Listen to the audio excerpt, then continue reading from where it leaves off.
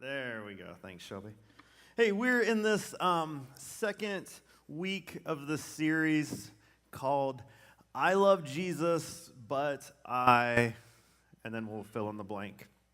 Last week, Corey talked about I love Jesus, but sometimes I complain a little. Apparently, he tried to be clever, and he was making fun of my beard. But I wasn't in here, so it doesn't count.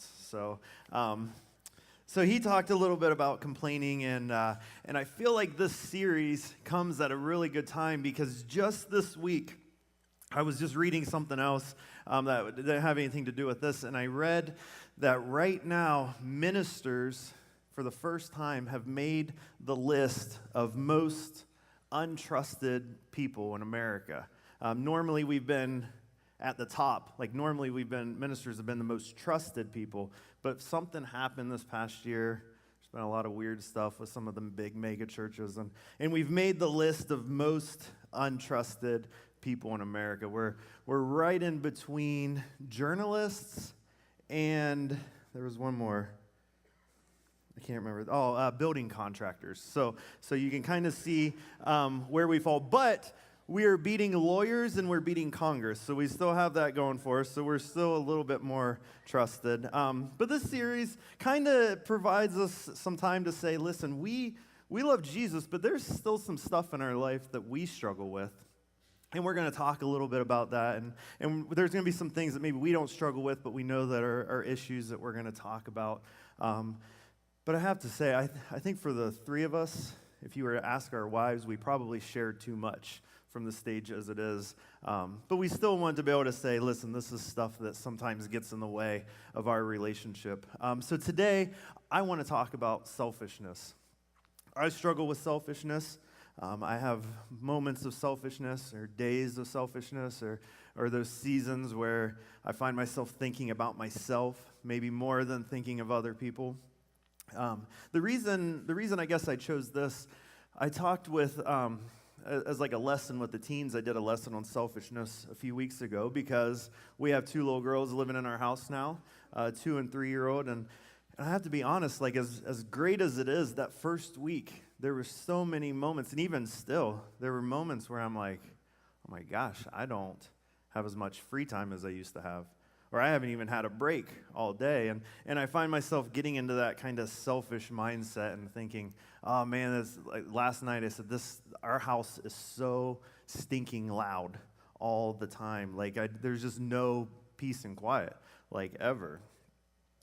So it's been an adjustment, and I find that kind of selfish attitude kind of coming out every now and then. But the problem, I think, with selfishness, and probably when you first heard selfishness, our first thought with selfishness comes because we kind of have a tendency to rank sins. Because we have big sins, and we have sins like murder, and we say that's a big sin, and we've got sins like, we'll say like lying and gossip, and those aren't very big sins, and probably if we were to talk about selfishness in that aspect, most of us would say selfishness would fall as kind of a smaller sin. It's not that big of a deal. By the way, this is a whole different thing, but God views all sins the same. Selfishness, just as bad as murder. Murder, just as bad as lying. But the thing with selfishness, when we think about selfishness, is that selfishness is the root of all other sins. If you think of any kind of sin that maybe you deal with or any kind of sin that there is, it usually finds its root, its beginning in selfishness. So you think about jealousy, thinking only about yourself. You think about anger. You know, you get so angry, it's all about you. Violence, lust, all these different things are all the pipe. Like selfishness is that pipe from where all the sins flow. Another problem with selfishness is that, really, we're born selfish. Babies are born selfish. That sounds terrible to say. It looked okay, right? Like, there's awful little selfish babies. But their mind capacity can only really think, this is what I want, this is what I need it now. And it's just kind of human nature. And then you see when they start to be able to speak, one of the kids' first words are always mine. And then there's still selfishness there. And if you're trying to raise good kids, you know that being a parent, you're spending most of your time teaching your kids how to not be selfish. And it's just kind of always that struggle. And you guys know that it doesn't end in childhood. Because right now, if I was to say, think of somebody in your life that's selfish, you guys could all name adults that live very selfishly. We're guilty of it. I was trying to think of maybe when I'm most selfish, I'm most selfish probably when I drive. And I realize this because Anne points it out, all these little things that I do that I probably shouldn't do. But one of the big things that I hate, and this is terrible, is, do you know, like when you're driving and it'll say like right lane ends in half a mile because of construction or whatever, and so everybody's getting over and it's starting to slow down, and then you have those people that decide they're going to fly all the way up to the end and cut over. Do you know what I'm talking about? And so you're just naturally going slow. I'm the person that I would rather get in a fender bender with the person in front of me than to let anybody over. And so if I see them coming, I mean, I am riding this person so stinking close because I don't want to be that person that lets them over. But I have a confession to make. Because it depends on what kind of mood I'm in that day. It's like 50-50, because other times I'm that person that's like, I'm not getting over right now. I'm going to fly past all these people, and I'm going to find the truck driver that can't hit the gas enough, and I'm going to cut over. And it's terrible. That's like, I'm the worst kind of person because I play both sides. Or how about this? I shared some vulnerability, some authenticity. So I'm going to ask you guys to share some realness here. I'm hoping that the Holy Spirit moves in your heart, because I'm going to ask that you raise your hand if you do this. How many of you at one time or another have been in the bathroom doing your business and you're done, but you hear the kids out there and they're loud and you got your phone with you, because that's what we do? How many of you have spent a little extra time in the bathroom? Raise your hands up. Come on. Terrible. Those of you that didn't raise your hand, liars. And hopefully somebody speaks about lying in this series, because you guys have all just lied. Okay, how about this? I'm going to take this a step further. How many of you have ever went to the bathroom, not even needing to go to the bathroom, but you just needed to get away and hide? I've done that all the time, yes. Maybe this one, in this one, I was trying to think of just different people, different ways adults are selfish. How about this one? Do you know the person that always has to speak their opinion no matter what? Like we all have that person that we work with, or a friend, or maybe a family member, and they just will say whatever they're thinking, whatever their opinion is, no matter if it's agreeing or disagreeing, whether they hurt their feelings or not. It's like they're so selfish, they have to be able to say exactly what they're thinking. Or maybe like on the flip side of that, maybe there's somebody, and if you think about it, the person that's just always offended. Like it doesn't matter what, and then they're just always upset about something. Those are forms of selfishness, because they're like, this is what I think. This is all about me. Or this one, a little more serious. I used to have a friend, and he would always say, when you're going through suffering, tragedy, something happens to your life, the first thing that we always want to cry out is, God, why me? And he would always say, instead of crying out, why me, we should be saying, God, why not me? Like, what is it about us? Why are we so selfish to think that we don't deserve to go through some difficult times? And he said, when you face these times, to step back and say, God, why would I not face difficult times like other people? Why not me, God? You see, the problem with selfishness, and some of the things that we talk about with selfishness that are silly that we do, and some of the things that just seem like character flaws, the thing with selfishness is it doesn't seem like it's that big of a deal. But it's very serious, because there's all kinds of Bible verses. And if you look at 2 Timothy chapter 3, 1 through 5, it says in there, but mark this, there will be terrible times in the last days. People will be lovers of themselves, lovers of money, boastful, proud, abusive, disobedient to their parents, ungrateful, unholy, without love, unforgiving, slanderous, without self-control, brutal, not lovers of good, treacherous, rash, conceited, lovers of pleasure rather than lovers of God, having a form of godliness, but denying its power, have nothing to do with such people.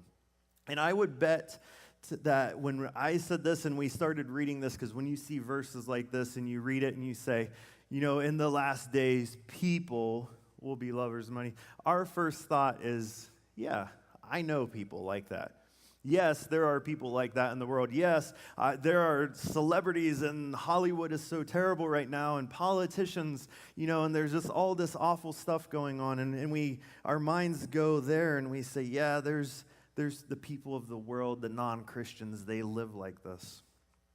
But listen, this verse, it's not talking about non-Christians, because when you read the full context of chapter 3, you can see that it's talking about Christians. If we were to read this differently, if we said there will be terrible times in the last days, Christians will be lovers of themselves, Christians will be lovers of money. Or if we took it a step further and said there will be people at Crossroads that are boastful and proud and abusive, and there will be teenagers at Crossroads that are disobedient to their parents, and if we threw in names and then you threw your name in and said, this person, I would be without self-control. I would be brutal. I would be treacherous and rash. See, verses like this, when we read them, we're so quick to say, yeah, that's about somebody else. Oh, man, I know people that are like that. And you just kind of skip over it and say, yep, last days, I know people like that, terrible, awful people. One of the most dangerous things we can do as Christians is to believe that we're good people. I mean, think about that. One of the most dangerous things you can do is sit there and say, yep, that's somebody else. That's not me. I'm selfish in my own ways, but there are people way worse than me. Because when we believe that, what we tend to do is we read verses like this and we skip over them, or we say, that's okay, it doesn't apply to me. I know some people that really need to read this verse, but when we talk about selfishness, oftentimes, it's one of those little sins, and we ignore it because it's not a big deal, and we often think this doesn't apply to us. There's a parable in the book of Matthew. It's in Matthew 25, verse 14. If you have your Bible, if you want to pull that out, if you have your phone or tablet, if you want to get that out and look up these verses. This is a little long. I didn't want to put it all in there. But we have this parable, and it's in Matthew 25, which means it's near the end of Matthew, which means if it's at the end of Matthew, then that means we're nearing the end of Jesus' life. And so Jesus has been traveling around, and he's been preaching and teaching.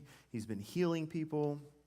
He's been feeding people, and there's been these large crowds gathering everywhere he goes, and he's got this following right now in his life. But then you start to kind of see Jesus' interaction with his disciples. And he keeps kind of just saying, you guys know where this is heading, right? And the disciples and everyone in the crowd, they're looking at Jesus and they're saying, this guy is amazing. This guy is doing miracles. This guy is obviously the Messiah. This guy is going to be our king. When he talks about kingdom, this is going to be our king. We have this really crappy government thing going on with Rome, and he's going to rise up, and he's going to take over the government, and we're going to live, and things are going to be awesome. And Jesus says, he just keeps telling them, listen, I know that you think you know how this is going to end. He says, but it's actually going to be the opposite.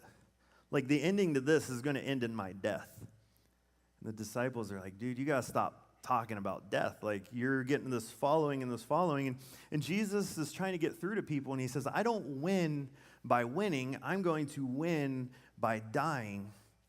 And then we find ourselves with this parable where Jesus is trying to get through to the people. In verse 14, it says, again, it will be like a man going on a journey who called his servants and entrusted his wealth to them.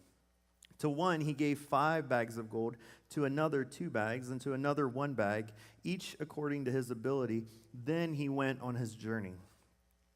I was trying to find out exactly how much money this was, if there was some kind of translation. Some of your versions might say coins. Some of your versions might say talents. Talents was a form of currency. It's not like abilities, but some people say thousands. Some people say hundreds of thousands. Some people think it might have been more in the millions. Whatever it was a ton of money that he's given to his servants. In 16, it says, the man who received 5 bags of gold went at once and put his money to work and gained 5 bags more. So also the one with 2 bags of gold gained 2 more, but the man who had received 1 bag went off, dug a hole in the ground, and hid his master's money. After a long time, the master of those servants returned and settled accounts with them. The man who had received 5 bags of gold brought the other 5.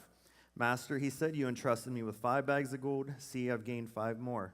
His master replied, well done, good and faithful servant. You've been faithful with a few things. I will put you in charge of many things. Come and share your master's happiness. The man with 2 bags of gold also came. Master, he said, you entrusted me with 2 bags of gold. See, I've gained 2 more. And his master replied, well done, good and faithful servant. You've been faithful with a few things. I will put you in charge of many things. Come and share with your master's happiness. Then the man who received 1 bag of gold came. Master, I knew that you are a hard man, harvesting where you've not sown and gathering where you've not scattered seed. So I was afraid, and I went out and I hid your gold in the ground. See, here is what belongs to you. Master replied, you wicked, lazy servant. So you knew that I harvest where I have not sown, and I gather where I have not scattered seed. Well, then you should have put your money on deposit with the bankers, so when I returned, I would have received it back with interest. So take the bag of gold from him, give it to the one who has 10 bags. For whoever has will be given more, and they will have an abundance. Whoever does not have, even what they have will be taken from them, and throw that worthless servant outside into the darkness, where there will be weeping and gnashing of teeth. So this is one of those parables. I've heard it preached on a few times. It's one of those, like, you read it, and you're like, you try to kind of make sense of it, some understanding, and it just kind of gets confusing, and it kind of just leaves you scratching your head. And even from the very beginning, it starts out when you think about the context of this story, that there is a master, someone who's gained lots of wealth over the years, and so much wealth that he does have his own servants, and he decides that he's going to leave, and he's going to give his fortune, all of his earnings, to his servants. Not his friends, not his family, not his business partners or anything like that. He chooses the lowliest people he has. If this was the totem pole, he would be at the top. He chooses the people at the bottom, and he says, I'm going to give you this money. And then the boss, man, he leaves. We don't know much about him, but we know that he's important. We know that he's rich. And we know that he trusts his servants with all of his money. So just in reading this, trying to kind of figure out, what he is, what he does, it sounds like he's in some sort of investment kind of business where he makes investments in hopes to be able to bring in more money from those investments. I picture Shark Tank. He's one of the Shark Tank guys. He makes investments. He makes good investments. He brings in more money. And because he gives these guys the money, and it's not like they immediately go out and spend it on themselves, right? They don't go out and buy new houses, or they don't go out and party. It's like they know that they're supposed to take this money and do what the master does, and most likely invest it in some way that they can get more money out of that. And so the parable becomes all about what do the servants do while the boss is away, with all of this gold that he entrusted. And he really gives them no specific rules or boundaries or what to do with it. He just expects them to go and do what he does. And there's a lot of risk for the boss, because all this money he's earned, all this stuff he's done in his life, now are in the hands of the servants. And when he comes back and he finds that a couple of them have done something with it, he celebrates. He invites them to his celebration. He invites them into his happiness. And then he comes to the 1 bag of gold dude. And we'll just call him 1 bag. He comes back to 1 bag, and the guy just buried the gold. He just buried it. He wanted to make sure it stayed safe. He brought it back to the boss when he came back, and the boss is ticked. Like, he's angry. Like, you could read this that he was offended because the guy says, Master, I knew that you were a hard man. Master, I knew that you were a cruel man. And you read that, and when you think about the context of this, you think, really? Like the boss took all of his money, gave it to his servants. Nothing about that seems mean or cruel. This seems like somebody that's loving and trustworthy. And so this master who owes them nothing, by the way, most likely servants, they were trying to work off some sort of debt to the master. He just wants them to do what he does, and he wants them to share in his happiness. He just wants them to take part in the things that he would normally do. And so one bag, he just totally misunderstands the nature of the boss. He misunderstands the gift that was given to him. And so the boss is angry. This guy still has the one bag of gold. It's not like he lost it. Like you read that, and that's the part that's always kind of confused me. Like, it's not like the guy went out and spent the money and lost the money, and then the guy comes back and he has nothing to show. Like, he still has the exact amount of gold that was entrusted with him. But he missed out on what could have been, and that's what upset the boss. He said, you missed out on what you could have done with this. And then the parable ends with judgment. And again, when we read about the judgment, if you've spent any time in church, I would bet that your mind automatically just says, oh, that represents hell. Because after some time in church and Christianity, what we start to kind of think is that we need to do this and do this and do this, and we don't do this and we don't do this, and then we won't go to hell. And it makes our existence and it makes our Christianity all about avoiding punishment. And that's what one bag did. He said, I want to play it safe. I don't want to get punished. I don't want to lose this money. So I'm not going to throw it away. I'm just going to do nothing. I'm just not going to participate in this. He had to have seen the other guys out doing their thing, and he thought, no, I'm not taking any risks. I'm just going to hide this right here, and I'll give it back when he comes back. He refused to participate. So Jesus, if you look through the teachings of Jesus doesn't talk about heaven and hell as much as you would think he does. In this, if you were to look at maybe some of the translations, when he talks about darkness, if you were to read some of the Greek, and without going into all that, a lot of people translate the darkness as he missed out. So when he threw them out, a lot of what Jesus is talking about is living right now, how to live right now. He's not constantly talking about eternity in the future. Jesus is talking about how to have the best life right now and how to live and love and do this right now. And so when we're talking about darkness, he's talking about the man that missed out on this life right now because he was so scared of punishment. When we think about this parable in the context of our life, we think about the love that our master has given us. We think about the mercy and the forgiveness that our master has given us. We think about the grace that he doesn't owe us that grace, but he chooses to give us that grace. And Jesus leaves and he says, go and do something with this gift. Go and do what I do. Do something with this love. Go do something with this grace. Do something with all these blessings that you have. Just go and do what I do. But when we live selfishly and we choose to keep those things to ourselves, we miss out on the life that Jesus wanted us to have. We miss out on the joy and the happiness right now of being able to love and serve other people. And when you live selfishly, you find yourself living right now in that kind of darkness.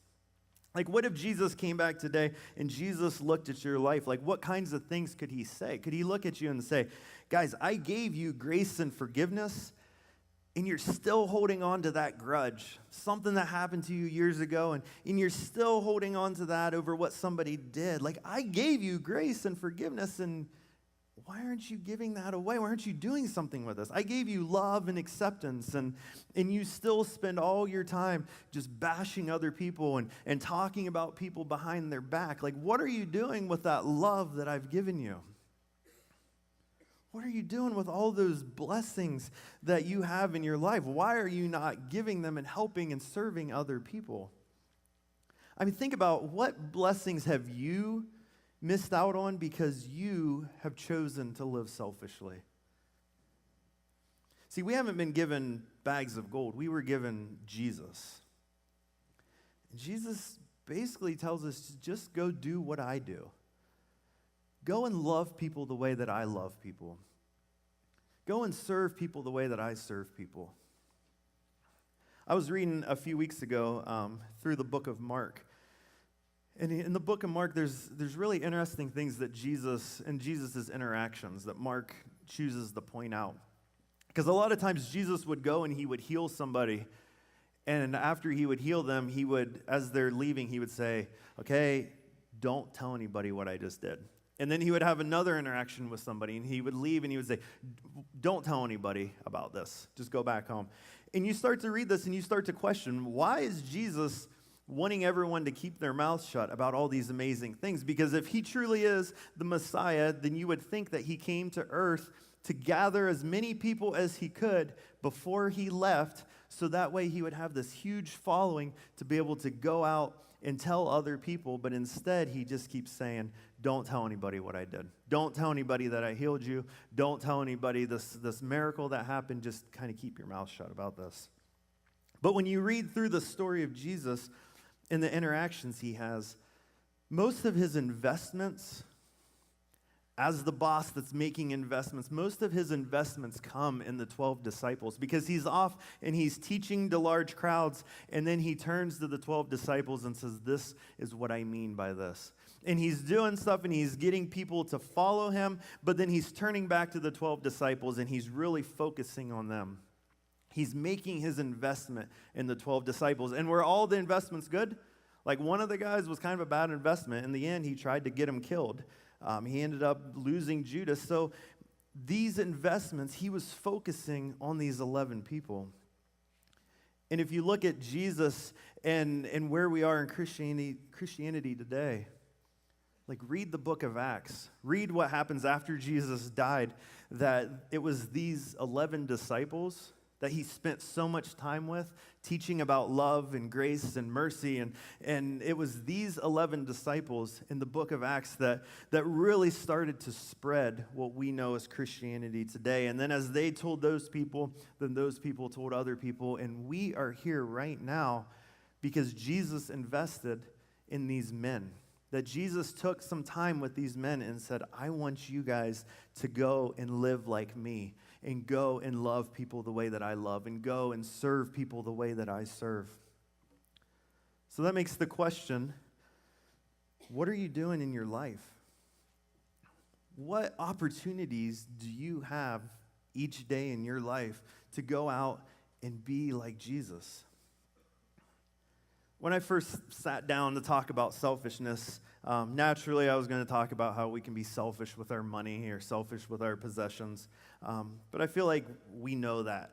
Like, we know that we're called to love and serve other people in that way.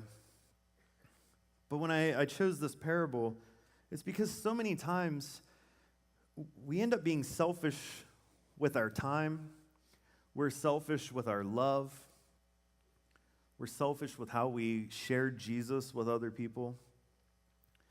You know, we, the three of us, we talk a lot about our second jobs, our other jobs that we have. These are jobs that in order to be able to minister here, we all knew that we would have to be able to work full-time jobs other places. And we talk about them a lot. They give us lots of great sermon illustrations. And I think about this other job because what's interesting about the three of us is we all spent time in full-time ministry. We've all had other jobs where our only job was ministry. And what that looked like was a lot of times just sitting in an office all day. And most of our interactions, I think I can speak for them, I know for me, most of my interactions came with just church people. I'd sit in a church all day, and I'd write lessons and sermons, and then I would go and I would talk to church people and I would teach church people. And I'd be out in the community a little bit, but not enough to really build relationships, and then I'd go back in my office. And being at Crossroads and having these second jobs provides us with an opportunity to ministry. We have this whole other ministry outside of this church. And if you were to ask us, like, hey, do you guys want to be full-time ministers? I think I would say no. I know these guys would say no. Because we're able to go out, and I know that we do more ministry now than we ever did before because of our second jobs, and it's given our other jobs meaning. It's given us opportunities to be able to actually get out and not talk to church people. We love church people. We love you guys, but man, it's really cool to be out and meet people and be able to say, hey, why don't you come to Crossroads? Or, let me tell you about my life or some of the things in my life. Your job can have meaning. Your job is an opportunity to get out and share with other people. Because this gift that Jesus gave you, if knowing Jesus hasn't changed your life, if it doesn't change the way that you live, if it doesn't change the people that you come in contact with every day, then you're just like the one bag guy. That you've just taken this gift you've been given and you kind of just keep it buried because you don't really understand the master, and you keep it buried because you just want to be selfish with that gift. You're just going to play it safe so you can avoid punishment, but the whole time you're missing out on what Jesus had for you in this life.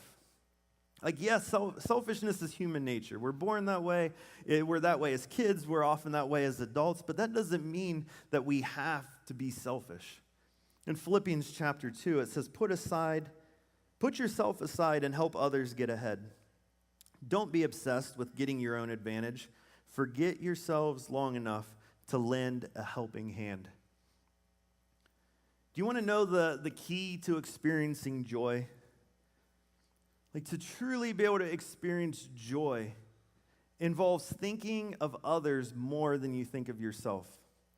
Just like this verse, forget yourself long enough to lend a helping hand. Do you want to know what the secret to overcoming tragedy that we tell people all the time when you face tragedy and heartache and those moments in your life when just everything seems to suck? And start thinking about some other people, because it's so easy to sit back and start thinking about what we're going through and how we're feeling. But when you get out and start thinking of other people, it really starts to change your heart. It changes your perspective.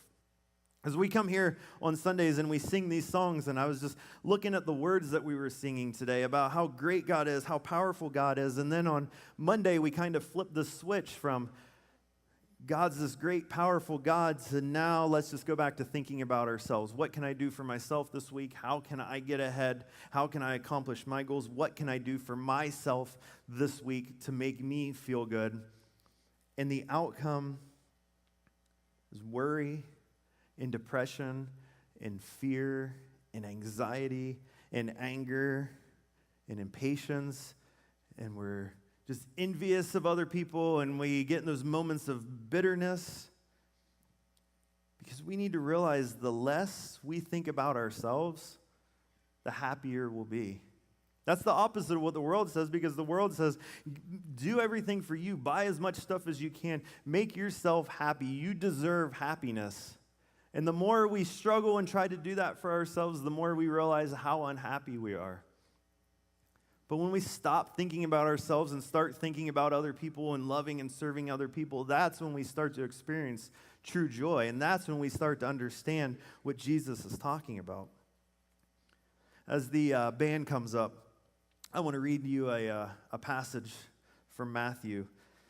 This was a little earlier on. It's in Matthew 16, and this is kind of a popular passage. Jesus says, whoever wants to be my disciple must deny themselves and take up their cross and follow me. We read this verse, and you've heard this verse, and so many times I've heard this verse being used to explain the difficulty that there'll be and the suffering that there'll be in following Jesus. And there is.